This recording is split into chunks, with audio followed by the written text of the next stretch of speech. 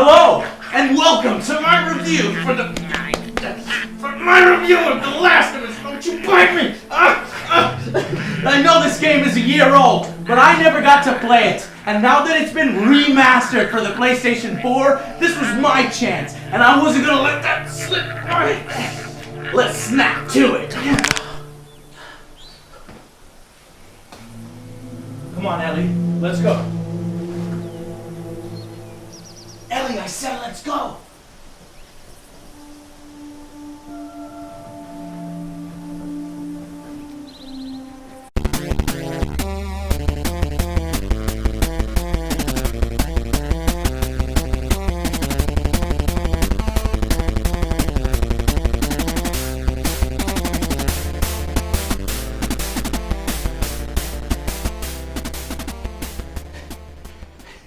I was so excited to get my hands on this game, finally! Winner of over 200 Game of the Year awards on the PlayStation 3. Well, this definitely had some incredible hype to get me past and win me over. But you know what? You know when a game reaches this level in gaming, it suddenly comes under fire from naysayers? Fuck you! This game sucks! It's not good! You know, Xbox fanboys. Well, to them I say salty! Because this game is freaking undeniably awesome. A well-crafted masterpiece that even holds its own on the next generation. Hell, it's actually the best game on the next generation. That says something about the actual next-gen consoles. Now, most of you probably already know the story by now. It's been a year. The world is plunged into chaos when a virus outbreaks that turns people into violent creatures. The twist is that instead of being straight up zombies, they add a realistic spin on it, basing it on an actual real world infection called Cordyceps that infects ants and all sorts of insects in the jungle. The most interesting interaction is when they're infecting ants. The fungus induces a suite of chemical changes inside the body of the ant, and this causes the individual to leave the nest. The ants ascend small saplings in the understory vegetation, and they have what really does appear to be a directed behavior. They're moving towards the midpoint of a leaf, and there they're finding the tissue and they're biting deeply into it. Once the ant is dead, it grows a long stalk from the back of the head, and this is the stalk which will produce spores. And by dying above the ant colony, what is essentially happening is that the fungus has invented a sniper's alley of infection, where spores are being hurled down on top of them, and this is how the infection reoccurs in the society. The fungus is so virulent, it can wipe out whole colonies of ants. And it's not just ants that fall victim to this killer. There are literally thousands of different types of Cordyceps fungi, and remarkably, each specializes on just one species. This angle is so perfect, it adds so much extra fear and creepiness now that it's jumped to humans. I'm convinced that if a zombie outbreak really were to happen, it's not hell filling up, but it would be nature gone wrong, a biological terror. And it somehow makes zombie outbreaks fresh again. Oh, shit, boy. Look at that. Oh, that is fucking nasty. There's like dicks growing out of his neck. Dicks, fungus, fool. Fucking dicks growing out of his fucking butt. No, look at his butt, Joe. No. Joe, tell me, look at his butt. Tell me there ain't dicks growing out of his butt. Chat, you know who's right. Oh, man, this shit's nasty. Get the fuck out of here, man. Damn. Now this game brings the intense feels immediately, and it never pulls its punches. The opening sequence with Joel's personal loss will hit you hard. I'm gonna censor a little bit of it, but look at me and other Joe's reaction.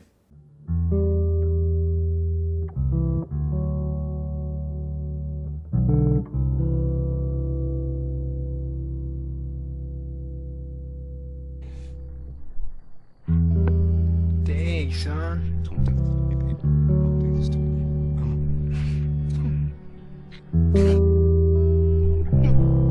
And one mission!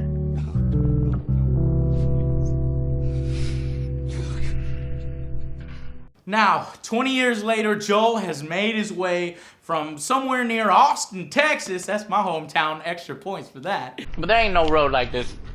I've been on all the roads. There ain't no road like this. You didn't even go outside. I mean, what, Joe? You shut your dirty mouth. All the way to Boston. He now lives in this government-controlled safe zone. Except for this safe zone sucks and has atrocities of its own. The guy with the hoodie's not clean. I sense it. Oh no! Oh, yeah, it's the chick. Do it. Ooh, Damn. dang. He thinks he's not clean? He knew he wasn't clean. So much so that a group has rebelled and broken off to create the Fireflies, who battle with government forces and bandits alike for a better future. Now, the first major character we meet in this post-apocalyptic survivor world is Tess, who seems to have had a relationship with Joel in the past or something in this new world. And holy shit, is she perfect for him because she's a fucking badass. I mean, she saved my and other Joe's ass more times than I can count. Fuck! Shit. Oh, fuck! She's killing everybody, Joe! Oh, you don't... Bam, one hit. She killed everybody. You I didn't even killed do that one shit. guy. Nah, you didn't do shit.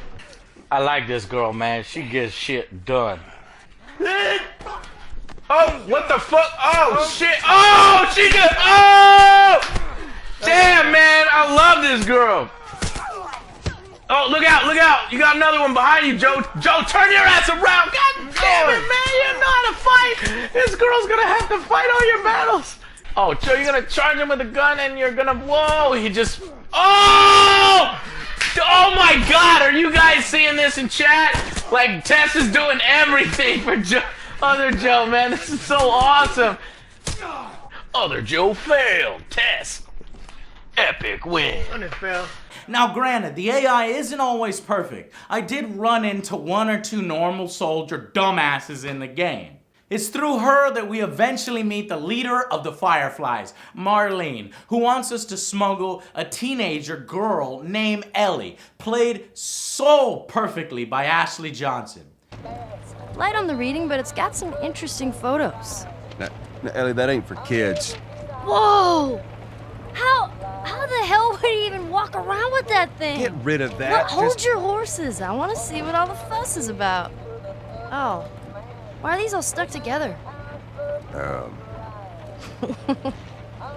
just fucking with you. Bye-bye, dude. Now let me stop a moment here and just tell you, just gush about Ellie. She is one of the most fascinating, real, down-to-earth, perfectly written and voice-acted characters I've ever come across in a long while. Possibly the best NPC ever. She's not your typical escort mission, save me, I'm helpless. No, she's a fiercely independent girl, forced to grow up in the worst conditions, and holy fuck, I never thought I'd hear another person swear as much as I do. Shit. All right, now where the fuck do I go? Fuck you! You found another pun book? Yes! Frick fucking master! She's just as dangerous and capable as Joel at taking out the bad guys. She's also freaking adorable at times. Hey! What'd I say to you when we walked down the steps? What'd I say? I'm just fixing your stupid pile. Don't touch. God damn it. Anywho, basically the story sums up to getting Ellie, who can potentially save all humanity, to a Firefly facility who have been working on and searching for a cure. And while this admittedly doesn't sound like a unique story, it's not really. And it doesn't even take many unexpected twists or turns. It just manages to tell it in such an engrossing, believable way that we become fully immersed and invested in what's happening. We care about what's happening to Joel. We want to see him love again. We care about what happens to Ellie. We want to see her grow and survive. And this is done with some of the best natural writing and excellent pacing I've seen in a video game. It rivals that of the best movies and television series on this very genre. The relationship between Joel and Ellie alone, just the way it evolves over the game, is so memorable that it's not a title that you're gonna forget anytime soon. There's not one weak moment or throwaway character here. Everyone that you meet is interesting and sometimes horrifying. That's what makes this journey worth it. That's why it's won a lot of awards. You may say it's overhyped, but you'd be fucking wrong because it's a damn good game, and that's why a lot of people say it's a damn good game. Oh my god, it's a pack of rabid, jealous Xbox fanboys! Everybody, run! Damn you! Back! Every single column! Everyone single column! Stay behind me! Oh god! Oh please! Your arguments make no sense! You keyboard warriors! Stay back! Back, damn you! You won't listen to logic! You won't listen to reason! Listen to this! Gameplay is so friggin' intense! It's just as strong as the game's story. It's this third-person shooter with, lots of stealth elements and more exploration than you might expect from, it is admittedly linear adventure. Now, despite that, the level designs are just so smart that you always feel like it's open. There's multiple paths and options for completing a section. Shooting mechanics are good. There's a natural cover system. You'll have to be careful about the amount of noise that you create. Oh, and fist fights are satisfyingly awesome and rarely is melee combat done well in these types of games. But here you could just feel the impacts with its fantastic sound design. Like, I just want to go punch somebody in the game right now. Oh, fuck. Oh, man, you... Damn, that sounds all fucking... like you're slapping meat. Whoa! That's how you get shit done. Damn, the animations in this game, dude, that was crazy. The infected enemies are all scary as hell, especially those damn clickers! Stop making that sound! It's creepy! They sound creepy, they're so fucking disgusting, I don't even want to touch them, but the game says, fuck that, and it puts you right close to them, right up to them, especially at key several points in the game where there's clickers, runners, all between you and your objective, and it's up to you to figure out how to get past them.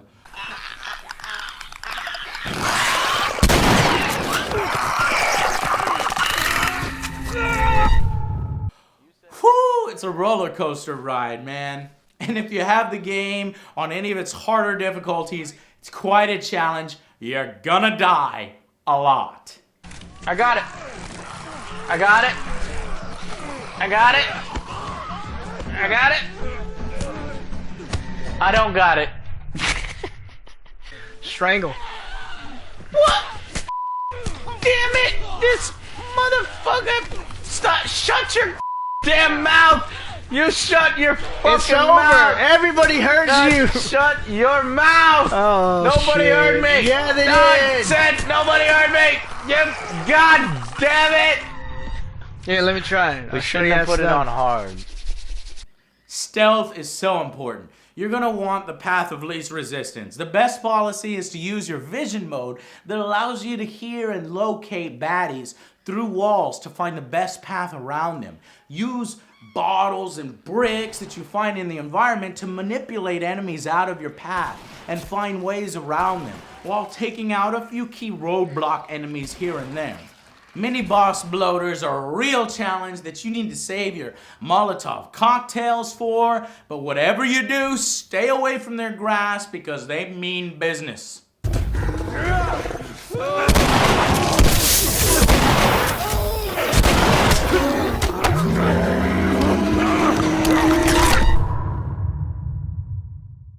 Of course, it's not just about the infected. Let's face it, humanity sucks. Bandits manipulate, maim, rape, murder, kill innocents for food and supplies, and for fun. Just trust no one. But he's not dead, Joe. Clearly he's moving. He's dead. Fuck him. But he's still alive, Joe. Is he? Yeah. He's dead. Leave him. Oh my God, Leave Joe. him.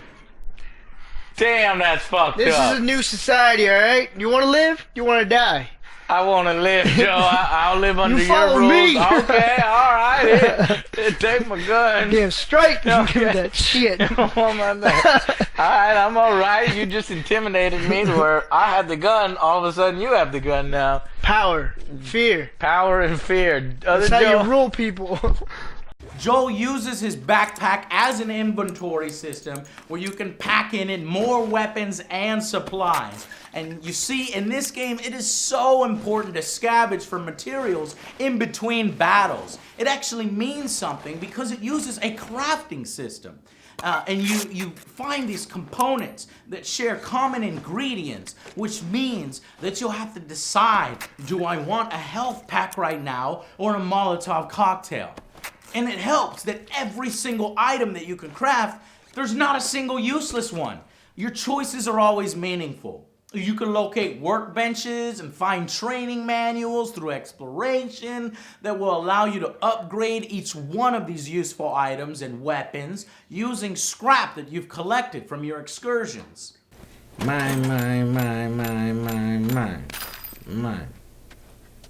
When you run out of shivs, you feel vulnerable. Why Ellie doesn't give me her fucking pocket knife, I will never know. Ellie! What the fuck is that? You've had that knife the whole time? You realize how many shifts I had to go through? Give me the knife! No. Ellie, stop being cute for once and give me the goddamn knife! No. Oh fuck, Ellie, they're coming! Give me that fucking knife! Ellie! Oh shit! Give me the fucking knife! Oh god! Give me the fucking knife!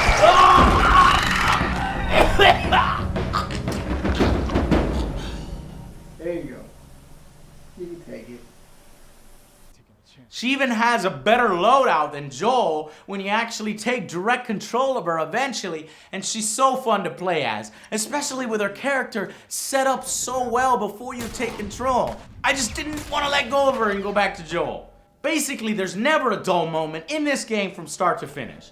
Whether you're in intense stealth sections, gun battles with infected or bandits, scavenging desperately for supplies, or just taking in the scenery. You are always enjoying the hell out of yourself through roughly 12, 14 hours of gameplay. Graphics and visuals were already among the best that the PS3 could offer, which have been further improved here with sharper textures, 60 frames per second, and while it's not at the exact level of current PS4 games showcasing the graphics, it does hold its own and it looks fantastic. The production values have really held up. Especially the animations, no doubt due to some heavy motion capture work. The enhanced graphics help bring this game to life, especially in everyone's facial expressions. He could recover any second. Quickly, counter with a heavy lift. He slashed you. He grabs you. Mash punch to break free. Hit up, block, and kick for a blade change. Block him. He hits you with down, forward, punch for his special move.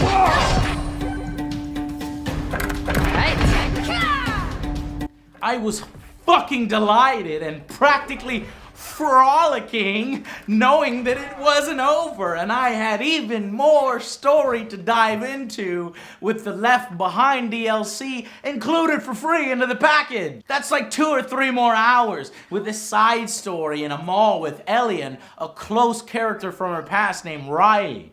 Now, instead of having to wait 8 months for this additional story, which could probably be disappointing once you pick it up then, you could play it as soon as the credits roll. And it just has really fun, creative things, like kids being kids, playing with water guns. You like it? Yes, there it is. Oh man. Boosh. Halloween masks. Am I ever gonna get to play a video game? Your chances are dismal. Fuck you, Skull. Photo booth sessions, and of course, the pun book. What did you find there? Very interesting stuff. Is it like a survival guide that can help us out? Yeah, check this out. Okay. Did you know diarrhea was hereditary? It runs in your genes. What? A pun? Seriously? We don't need puns right now. There's more. Look, a book just fell in my head. I only have my shelf to blame. Shh. I think. Oh, no. Shh. I think there's something coming. I tried to catch some fog earlier. I missed. Fuck! Ellie, put the book down and help me! You want to hear a joke about a pizza? Never mind, it was too easy. Ellie, god damn it!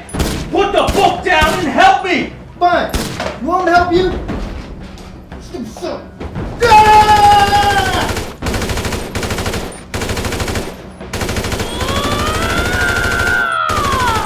We also get greater context to Ellie herself through yet another touching storyline that reveals some surprising things about her who she is. Now, just as in Red Dead Redemption, I would have been content with this story and the gameplay and its DLC bundled in. But they saw fit to include the multiplayer modes to help extend its life and value even more. You'll get another 10 to 20 hours out of this, as it's really quite good. They add another unique spin to your standard deathmatch by creating a metagame where you pledge allegiance to either the bandits or the fireflies and build up your own pack of survivors that you can import from Facebook, your friends, who you care for and look out for as their leader in matches. Progression then allows you to grow this clan, unlock new perks, weapons, and upgrades. In the matches themselves, the game carries over its crafting system, the visual listening mode, to create these really fun cat and mouse games of teamwork, where it's 4-on-4. Coordination and readiness will win the day here. If you still aren't convinced about how awesome this package is, then you have clear fungus growing from your brain. Considering how addictively fun and creative the multiplayer is, alongside this insane value worth every cent, the remastered version has rightfully achieved legendary status and earns a 10 out of 10, making this the 4th game ever to earn my highest rating, and it deserves it. It was the best on PlayStation 3, and it is literally the best on PlayStation 4 right now. The only reason not to pick this up is if you've already bought it on PS3 and you have bought the DLC. For everyone else though, this is a required must-play, must-own. If you move from Xbox 360 to PlayStation 4, buy this game. If you don't have it at this point, shame on you. Now that it's on PS4, you've got no excuse. Get this version immediately. I hope this series turns into a franchise for Naughty Dog, because I'm itching to play as Ellie again and figure out just how their story ends. Until then, I will see you guys on the next Angry Joe Show. Okay, I know it doesn't look like it, but this here is not a bad read. Only one problem. Right there. To be continued. I hate cliffhangers.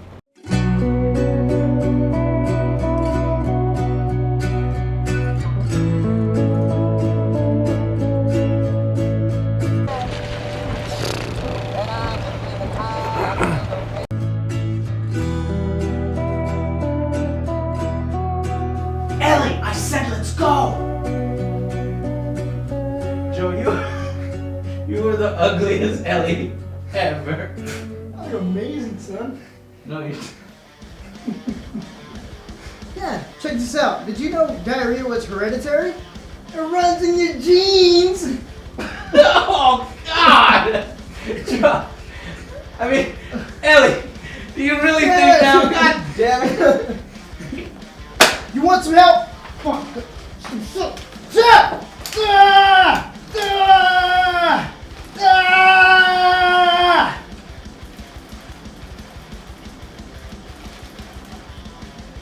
Well, that was, fuck. I'm not that good with buns.